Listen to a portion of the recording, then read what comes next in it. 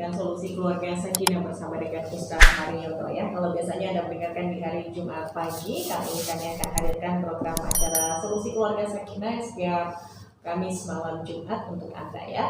Dan kali ini pendengar kami sudah bersama dengan Ustaz Haryoto, nanti bisa ada bergabung bersama kami di 403 atau juga WhatsApp yang Anda bisa gunakan di 0811 778 141 untuk langsung bertanya kepada Ustadz ya. Malam hari ini kita membahas mengenai menikah beda usia. Assalamualaikum Ustaz. Waalaikumsalam warahmatullahi wabarakatuh. Kabar gimana malam hari ini? Alhamdulillah sehat walafiat. Alhamdulillah. Pada kesempatan ini kita membahas mengenai menikah beda usia. Bisa dijelaskan untuk pertama kali Ustaz, silakan. Oke, baiklah para pendengar dimanapun Anda berada, saya karena kebetulan hari-hari menangani konflik rumah tangga, ternyata pernikahan beda usia terlampau jauh itu juga menimbulkan persoalan tersendiri. Walaupun sebenarnya menikah dengan siapapun menimbulkan masalah, tetapi ketika pernikahan beda usia terlampau jauh, itu menimbulkan masalah. Nah, para pendengar, sebenarnya agama telah mengajarkan salah satunya sunnah ya, tapi bukan wajib. Menikah ini harus sekufu. Sekufu ini sepadan ya. Salah satu sekufu itu adalah usia. Nah, jadi kalau di Batam atau di kota-kota besar ya, era modern ini terlalu banyak orang menikah beda usia. Lalu yang saya maksud menikah beda usia ini bagaimana? Nah, gambarannya begini. Kalau menurut saya selisih sekitar 5 tahun ke bawah itu tidak bisa dikatakan beda usia, tapi dengan catatan 5 tahun ke bawah. Tapi menurut saya ya, tetapi kalau sudah 5 tahun ke atas itu berarti beda usianya terlampau jauh. Kalau yang laki-laki lebih tua, menurut saya tak begitu jadi masalah, walaupun masalah akan timbul juga, tetapi relatif lebih aman. Tapi kalau yang perempuannya lebih tua, itu masalah akan lebih kompleks. Lalu pertanyaannya sesuai dengan tema malam ini, apa konsekuensi menikah beda usia? Oke. Yang pertama saya ingin jelaskan dulu perbedaan itu ketika disebut beda usia itu minimal 5 tahun. Tapi di Batam banyak sekali yang menikah lebih 5 tahun, maka tidak heran di Batam kita sering melihat pasangan istilahnya 5225 ya. 5225 artinya laki-lakinya 52, perempuannya 25. Itu umumnya seperti itu. Konsekuensi pertama, bagi laki-laki nanti ya ketika kita sudah tua ya, nanti istri masih muda, itu harus dipertimbangkan ya. Ketika nanti nafsu suami sudah loyo, istri masih ganas-ganasnya, itu ternyata banyak juga istri yang selingkuh ya, terutama yang menjadi istri simpanan dari luar negeri, Singapura dengan Malaysia biasanya ya. Istrinya masih muda, masa COVID kemarin dia tidak ke sini, banyak juga yang selingkuh. Jadi perselingkuhan tuh bisa terjadi karena suami sudah tidak berdaya, istri masih ganas, bisa dikatakan seperti itu. Ya, kemudian konsekuensi bagi suami dan juga namanya istri masih muda, masih banyak kemauan, banyak keinginan, intinya susah diatur karena memang masih kekanak-kanakan, tidak bisa mengimbangi ya. Itu bagi suami tentu konsekuensinya. Bagi perempuan, berdasarkan orang yang sering ketemu saya, ternyata ketika istri ini masih terlalu muda ya, ekonomi pun pas-pasan, sementara suaminya ini ekonomi lebih mapan, karena umumnya wanita mau menikah dengan orang yang lebih tua ini kan pertimbangannya ekonomi sebenarnya, bukan cinta. Nah, oleh karena itu kadang-kadang laki-laki ini tingkahnya juga macam-macam, sudah terbiasa bermain-main dengan hati wanita, sudah terbiasa selingkuh, karena mungkin si perempuan ini pun yang muda ini juga mantan selingkuhannya juga. Ini kadang sudah terlatih dan terbiasa selingkuh, maka kebiasaan itu tidak hilang, semacam tidak ada rasa kasihan, karena wanita yang muda ini dianggap apa ya, tidak takut. Kan kalau seimbang itu kan ada perasaan takut, ada perasaan kasihan. Loh, saya ini kan lebih hebat, lebih segala macam ya. Kadang-kadang laki-laki yang usianya sangat tua, seperempuan masih muda, kadang-kadang kurang menghargai atau kurang menghormati istrinya. Suka-suka dia aja. Itu yang pertama ya. Yang kedua ya, banyak faktanya laki-laki yang sudah tua nih ya selingkuh. Kenapa? Karena istri yang muda ini, gini, ke para pendengar dimanapun Anda berada ya, laki-laki ini kan mungkin senang dengan wanita muda karena dianggapnya lebih cantik, lebih fresh, lebih segalanya. Nah, karena masih muda. Lama-lama laki-laki ini kadang tak butuh lagi yang lebih cantik, yang lebih fresh itu. Yang dibutuhkan adalah wanita keibuan, yang bisa melayani makannya, yang bisa melayani mandinya, yang bisa melayani segalanya. Yang pokoknya dia membutuhkan seorang istri persis ibunya. Loh, sementara kalau istri terlalu muda, dia merasa juga ingin dimanja juga. Ini sering tidak ketemu. Dan hari-hari saya menangani konflik ini, makanya saya ambil tema malam ini karena hari ini saja saya menghadapi klien 3 kasus yang sama seperti ini ya. Malah yang tadi ada salah satu kasus misalnya ya, seorang laki-laki di Singapura yang dulu menikah, dia usianya 40, yang perempuan itu 19 tahun, sekarang perempuan laki-laki usianya 63, baru tadi putus di pengadilan agama ya. Dia seorang laki-laki itu ketika memilih istrinya cerai, mau pilih harta apa anak. Ternyata istri yang masih muda di sini pilih harta. Artinya apa? Semua harta yang dapat selama ini diberikan kepada istrinya, yang penting anak ikut bersama dia. Nah, itulah konsekuensi. Ternyata si perempuan ini selingkuh juga dengan laki-laki yang lebih muda, yang usianya sekitar 41 tahun, karena dia sendiri sekarang usianya 34 tahun. Ini kan pelajaran penting nih bagi kita. Itulah pentingnya, kata menurut agama, menikah tuh kalau bisa sekufu. Itu konsekuensi berikutnya bagi si perempuan ya, ketika laki-laki sudah tua, nanti mau tidak mau ya, suami ini kan seksnya lemah, sementara istri masa menopause belum sampai. Betul, ada anggapan ya, ada ucapan laki-laki ini menopause tidak ada. Betul, yang ada menopause hanya perempuan. Tapi jangan salah, kalau laki-laki ini banyak pekerjaan, banyak yang dipikirkan, apalagi bos ya, itu kadang-kadang sudah mulai melupakan seks, dia sudah yang penting fokus kerja. Apalagi laki-laki itu terkena penyakit gula, bisa lari kemana-mana. Semua orang dipastikan sekarang, mana ada orang yang bisa menghindari gula. Mungkin pikiran, kurang olahraga, banyak mengkonsumsi makanan, beras, padi dan segala macam ya, minum, itu kan gula semua, kurang olahraga. Nanti seks itu melemah. Nah, itu bayangkan itu ke depannya itu. Kalau laki-laki misalnya ketika istri sudah tak berfungsi, bisa nikah lagi dengan wanita lain karena memang dibolehkan. Tapi kalau perempuan, selama suaminya tidak mentalak, kan tak bisa menyimpan wanita laki-laki lain di tempat lain. Pertimbangkan tuh baik-baik. Nah, kecuali menurut saya nih ya, kalau laki-lakinya usia 40, si perempuannya usia 30, bolehlah. Kenapa begitu? Ya mungkin ya, nanti ketika usia suami itu 50, maka si perempuan ke 40. Jadi masa menopausnya sudah sampai. Tapi kan prakteknya banyak juga, laki-lakinya 30, perempuan masih 19.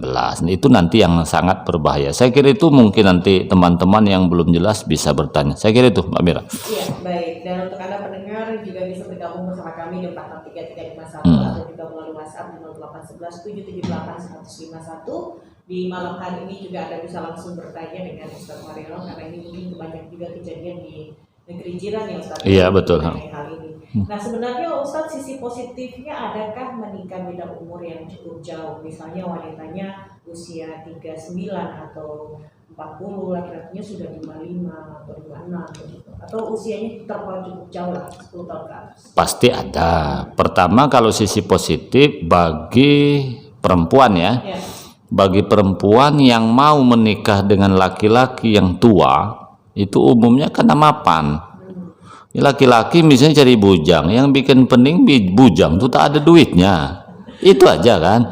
Nah, makanya banyak orang tua yang merelakan anaknya. Kemarin ya, ini ada wanitanya usia 19 tahun dinikahkan dengan pamannya. Mau dijadikan istri kedua ini sebenarnya. Ya, itu orang Jakarta karena dianggap paman ini bisa membina, bisa mengayomi, ekonominya sudah cukup seperti itu. Jadi sebenarnya sisi positifnya ekonomi menurut saya bagi perempuan. Sisi positif kedua bagi perempuan, laki-laki yang sudah usia yang usia tua itu kan lebih dewasa. Tapi kan kalau laki-laki beriman, artinya latar belakangnya laki-laki baik. Cuman kalau latar belakangnya laki-laki biasa mempermainkan wanita kan repot juga. Jadi pengalaman dia merayu wanita tak semuanya. Jadi itu positifnya bagi perempuan. Bagi laki-laki menikah dengan mak-emak itu ada juga untungnya. Karena laki-laki ini kan ada istilah ya, suami adalah bayi yang tidak pernah besar-besar. Artinya dia tetap seperti bayi membutuhkan seorang istri berikut sebagai ibunya. Jadi kalau saya laki-laki misalnya katakanlah waktu itu usianya 25, menikah usia perempuan yang 50 itu sayangnya luar biasa dengan kita. Jangan-jangan mandi pun dimandikan. Ya ini karena ibu. Dan itu suami senang. Jadi kata kuncinya hakikatnya suami itu senang dengan seorang wanita sekaligus merangkap ibunya. Jadi sisi positifnya menurut saya itu, dan dimungkinkan tidak cerewet dan sayang luar biasa. Karena saya juga punya pengalaman dulu di kampus ya, mahasiswa. Teman saya kuliah usianya 21 menikah dengan dosen yang usianya 47. Ya Allah, sayang betul, dimanjakan betul. Itu kan banyak dosen yang sudah tua-tua itu kan nikah dengan mahasiswa, itu memang sisip, tapi itu tadi konsekuensinya nanti monoposi lah. Ya tapi menurut saya apapun ada positif negatifnya lah. Saya kira itu. Berarti kalau zaman sekarang itu nikah dengan berondong. Itu banyak juga itu. Banyak juga ya. Iya iya. Nikah dengan berondong mungkin salah satunya juga bagi orang yang lebih muda atau laki-lakinya lebih muda karena merasa ada diemong seperti ibunya sendiri gitu ya. Ya kalau di Batam banyak wanita menikah dengan berondong itu sebenarnya hanya kebanggaan. Oh, bukan karena Tidak ya kan, karena banyak yang mak-mak di Batam ini banyak yang nikah berondong.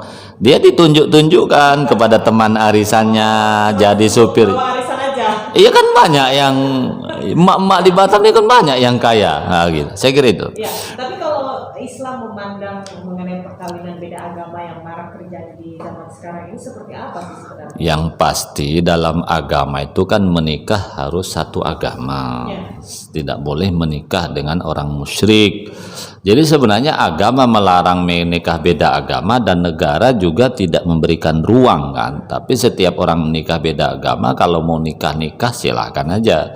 Tapi negara hanya mencatat di catatan sipil, tidak sesuai dengan ketentuan. Tetapi dalam Islam hanya boleh menikah dengan ahli kitab. Ahli kitab itu kan ya pengikut agama samawi lah ya, yaitu Yahudi dengan Nasrani, itu boleh. Tapi ahli kitab, mungkin kalau dalam Kristen ahli kitab tuh katakanlah Kristen Koptik atau Ortodok yang sekarang pusatnya di Ukraina dengan Rusia itu. Saya kira itu. Baik. Berarti kalau kembali lagi ke topik bahwa menikah beda usia ini, bagaimana mengimbangi apabila laki-lakinya yang sudah tua tetapi perempuannya masih lebih muda begitu 12 tahun atau 15 tahun agar harmonisasi dalam rumah tangga ini tetap terjaga Ustaz begitu. Walaupun memang tujuannya bukan seperti yang lain, memang tujuannya karena Allah dan memang menyatu karena cinta begitu. Iya betul, itu yang paling banyak lagi kan selain Batam kan di Sulawesi ya. Itu kan banyak sekali, tapi umumnya kalau di Sulawesi yang lebih tua itu kan pihak laki-laki ya, perempuan yang lebih muda. Jadi cara ngimbanginya ini kan sebuah fakta. Di agama juga tidak dilarang. Yang saya maksud tadi kan hanya konsekuensi berdasarkan fakta. Jadi pertama bagi laki-laki secara ekonomi jangan sampai putus. Karena kita nasib nih kan kadang-kadang ketika usia 40 tahun banyak duit, wajar perempuan senang, itu kan. Usia 60 tahun duit pun tak ada, utang pun banyak, badan pun dah loyo, perempuan masih muda bisa minggat.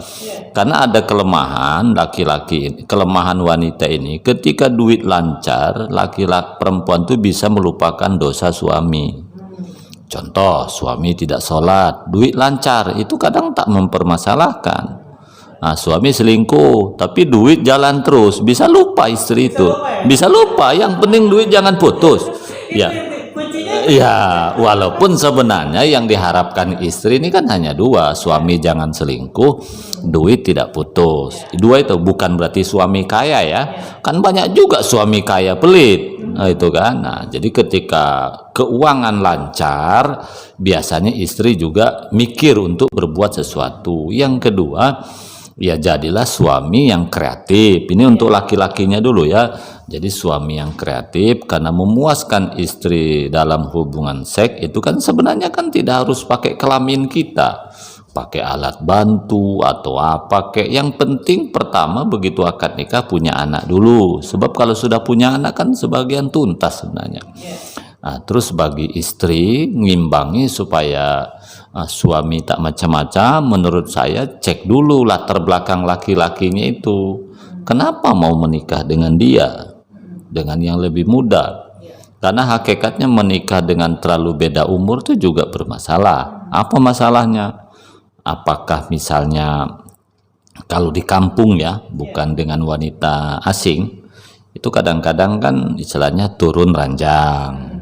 Misalnya kita menikah dengan suami almarhum kakak kita.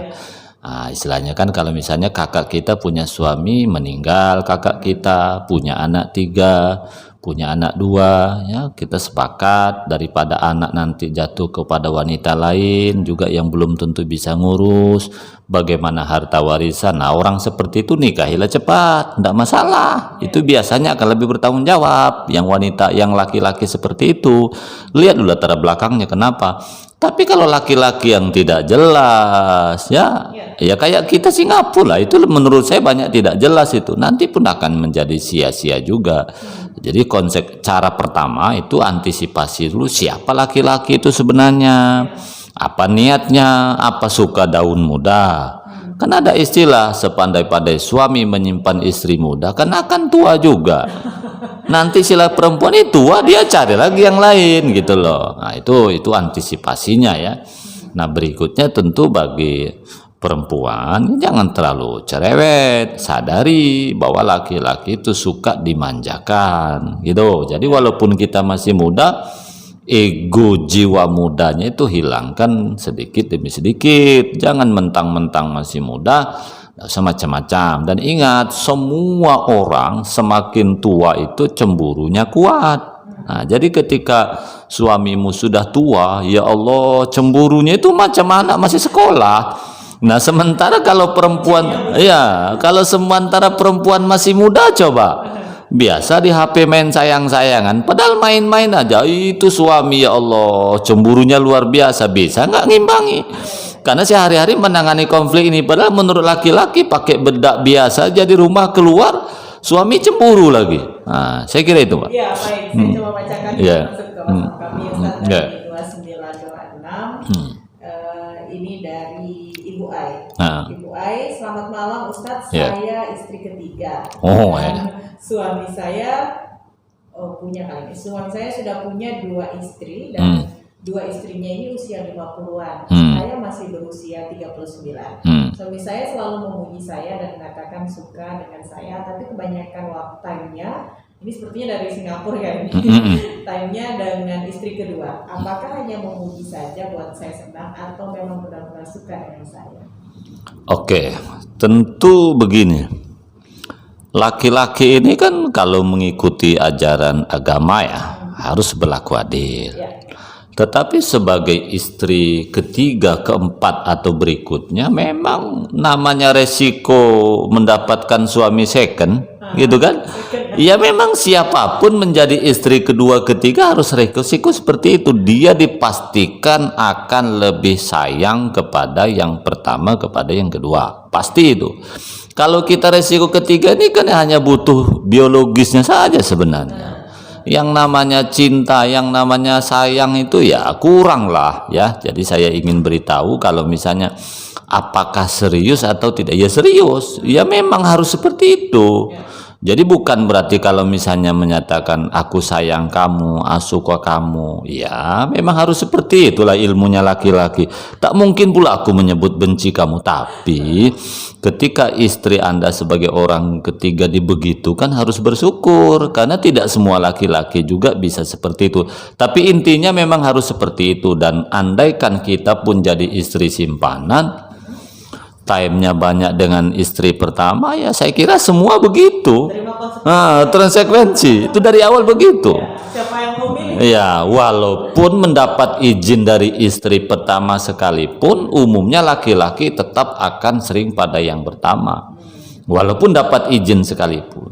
Saya kira itu. Untuk Anda mendengar silakan di 463351 atau juga di 0811777851 malam hari ini kami masih bersama dengan Ustaz Mariono membahas mengenai menikah beda usia. Anda juga bisa bertanya langsung kepada Ustaz ya. Nah Ustaz, ini menyikapi orang-orang sekitar kalau ada yang menikah muda atau beda usia, kan yang biasa yang terkena ini kalau perempuannya yang masih muda menikahkan sama laki-laki yang sudah tua begitu tapi banyak harta, akhirnya cerita miring dan segala macam ini pasti akan muncul. Itu akan sudah jadi kebiasaan masyarakat umumnya. Nah, ini bagaimana menyikapi sebagai istri agar tidak merasa tersinggung atau merasa sedih dengan kondisi seperti itu, Ustaz? Oke, pertama kepada perempuan dulu yang umumnya lebih muda. Dia kalau misalnya di muda itu di bawah 19 tahun tentu tak usah merubah identitas. Jangan, kalau lebih bagus melalui jalur hukum ke pengadilan, karena faktanya banyak di Batam itu kan yang menikah di bawah umur. Kalau nggak salah tahun kemarin ada 19 orang ya. Ada juga yang nikah karena yang disebut bawah umur kan di bawah 19 tahun. Nah, tapi kalau misalnya nikah terlalu jauh, satu muda satu tua, tetapi menurut undang-undang sudah cukup umur, ya perlu kita ingatkan kepada perempuan ya.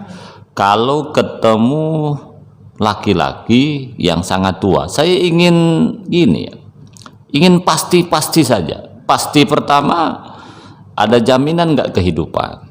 Karena banyak perempuan ini bodoh, mau dengan laki-laki tua, nanti setelah nikah pun tak dapat apa-apa juga. Banyak. Nah, awalnya tuh dikasih dolar, sudah nikah ternyata yang di Singapura orang miskin juga, kan banyak juga. Nah, kalau misalnya asingnya Amerika, itulah kadang saya membandingkan Ibu Amira. Kalau suami yang menyimpannya orang Amerika, tinggalnya di Sukajadi. Orang Barat tinggalnya di Panbil. Nah, kalau Singapura di ruko juga, di kos-kosan juga. Itu bagi perempuan. Kalau saya memberitahu ya, Anda yang masih muda-muda itu nikah dengan orang asing itu pastikan siapa sih yang diperoleh? Mobil kek, rumah kek, jelas-jelas dulu kita ini kan mahal mestinya ini. Kenapa pula murah-murah? Itu bagi perempuan. Itu saran saya. Bagi laki-laki, ketika ada mau wanita itu nikah dengan kita, itu harta harus diperjelas. Karena banyak wanita itu nikah dengan kita yang usia sudah tua ini hanya ngabisin harta saja. Jadi harta dari awal sudah dipisah. Nah, jadi intinya kalau kita punya istri muda yang menikah beda usia, kalau dia senang dengan kita, kenapa? Karena kebapaan atau kita banyak harta. Kalau memang kita banyak harta, lihat dulu wanita ini solehah apa tidak. Kalau memang solehah, keluarga kita dekat, tahu siapa orangnya, mungkin sayang dengan kita. Karena kita sebagai laki-laki itu tadi kan ditinggalkan istri, sayang anak dan segala macam, itu baik. Dia tahu kasihan dengan kita. Tapi kalau hanya sekedar mencari harta kita, latar belakangnya wanita itu pun tak baik, yang muda ini biasanya kan grogoti. Maka kita juga jangan terlalu percaya dengan istri yang terlalu muda. Kenapa? Kadang-kadang dia ini juga punya, ya maaf ya, ini kan fakta juga. Ternyata wanita muda ini juga ada suami lain atau ada laki-laki lain yang ditugaskan menggerogoti kita. Banyak-banyak di Batam karena kasus yang sering saya hadapi seperti itu. Jadi ditugaskan perempuan ini apa ya, minta duit terus dengan laki-laki itu, nanti duitnya disetor ke dia juga, nah, gitu kan. Nah, jadi artinya maksud saya Kalau bagi laki-laki yang menginginkan wanita yang sangat muda, cek dulu latar belakangnya baik apa tidak.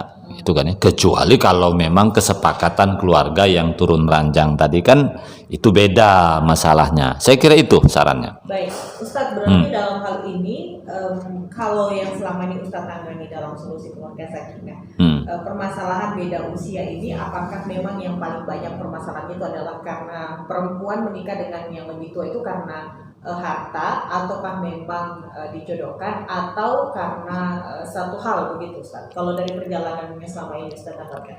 Pertama harta. Harta ya. Satu. Itu yang paling banyak. Ya, harta. Di Kota Batam. Kota Batam. Oke. Yang kedua karena kecelakaan. Kecelakaan. Hamil duluan. Tak jelas siapa bapaknya. Nah, itu kan supaya anaknya ini ada bapaknya, dinikahkanlah dengan laki-laki. Tak peduli laki-laki itu baik, miskin atau tidak, yang penting ada dulu menjadikan suami dia. Supaya di mata publik anak ini ada bapaknya, walaupun sebenarnya menurut agama nggak boleh. Ya, artinya setelah cerai dia setelah lahir kan harus nikah ulang.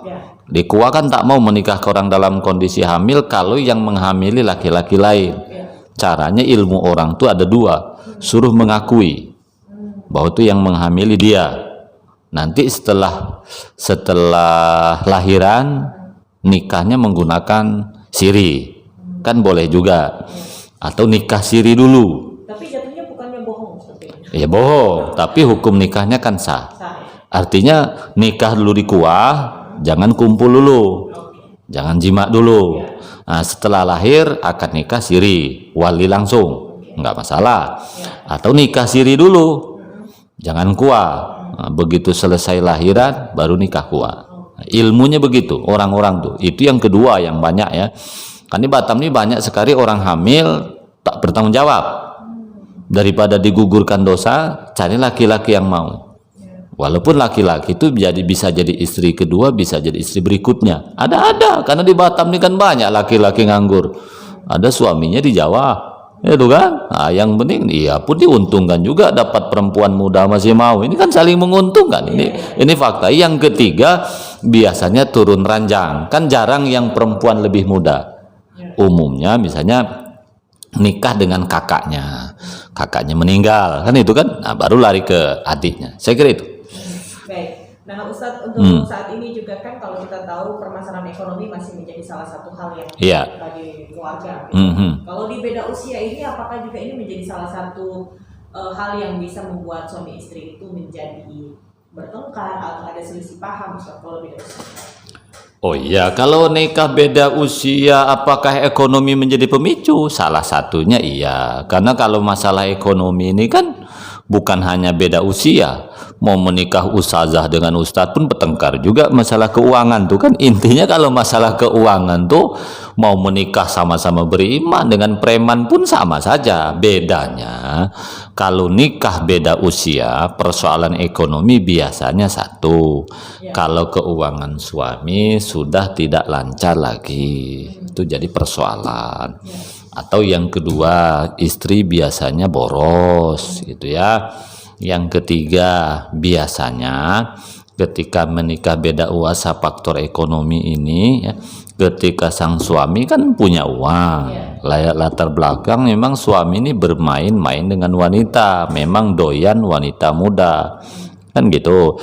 Rasa kasihan dengan wanita istri itu beda. Contoh gini, kita menikah nih seumuran, umur katakanlah 23, 24. Sama-sama mencari makan ini ya, hujan kehujanan, panas kepanasan, ngontrak sama-sama jualan es, pokoknya sama-sama menderita. Ketika suami itu mau mempermainkan wanita, dia mikir. Cuman kalau misalnya lah suaminya sudah kaya raya sebelumnya, dapat wanita muda yang mirip pembantunya, itu nak main-main wanita, tenang aja dia, tidak merasa berdosa. Memang beda. Iya, jadi memang hati nurani itu tak bisa bohong juga. Jadi kalaupun toh misalnya ada laki-laki yang tadinya awalnya menderita gitu ya, ternyata dia selingkuh juga, biasanya selingkuhnya ditutup-tutup, artinya masih memikirkan perasaan isi. Tapi kalau memang dari awal sudah kaya raya, Dia tak mikir dia. Malah kadang arisan pun bawa wanita lain. Nah, biasa tenang aja deh. Itulah yang kadang-kadang sakit hati bagi istri yang nikah muda tadi. Mau cerai ini saya belum dapat apa-apa. Makanya saya bilang dari awal, kalau nikah dengan orang sudah tua tuh pastikan dulu. Jika perlu ada berita viral itu ya, mas kawinnya satu mobil berikut showroomnya. Itu baru jelas-jelas kita pokoknya. Saya kira itu. Berarti dalam hal ini juga, kalaupun misalnya wanita nikah dan dengan kehidupan yang kondisi mapan, dia juga tidak merasa keberatan lagi kalau misalnya suaminya nikah lagi, begitu? Iya, betul. Itu kunci. Tapi kebanyakan juga saya sebagai perempuan sendiri merasakan bahwa bukan cuma materi sih sebenarnya, Ustaz. Rasa kepemilikan kita, posesif kita tuh lebih tinggi. Jangan sampai suami kita dibagi-bagi. Nggak ada yang mau membagi, Ustaz. Iya, makanya kan sebenarnya begini. Untuk mengikat suami itu kan dengan 3 ya. Satu tentu sejarah. Sejarah tuh artinya sama-sama menderita. Itu beda. Mau berbuat khianat tuh kalau sama-sama menderita agak beda. Itu satu. Agak ngenas. Yang kedua tentu iman. Iman ini pun kan beda, agak problem juga. Menurut laki-laki kalau nikah siri itu kan tidak selingkuh. Karena hak saya. Tapi bagi wanita kan selingkuh juga. Nah, ini kan berarti pemahaman agama yang beda. Menurut negara betul selingkuh, nikah siri. Menurut agama tidak. Makanya kadang-kadang yang banyak nikah siri kan orang yang ustadz-ustadz juga. Memang serba sulit. Ujung-ujungnya takdir juga, itu kan. Nah, yang ketiga yang bisa timbul pengkhianat itu kan karena lingkungan. Suami kita ini bekerja di mana? Di kantor lurah yang banyak mak janda di situ. Lain ceritanya. Ya nggak begitulah kira-kira. Tapi itulah faktanya. Jadi lingkungan tuh menentukan. Saya kira itu. Baik. Tetapi banyak juga di masyarakat yang menganggap bahwa hubungan percintaan beda usia ini selalu dianggap tabu. Kenapa sebenarnya, Ustaz? Kalau Ustaz sebagai penasehat perkawinan dan juga sering untuk mediasi bagi orang-orang yang sering bermasalah dengan keluarga, kenapa Ustaz masih sering dianggap tabu? Ya, tabu ini kan bukan berarti salah sebenarnya kan. Tabunya dianggap kenapa kau mau dengan orang yang tua, mungkin duit. Nah, jadi aib. Tapi tidak semua aib.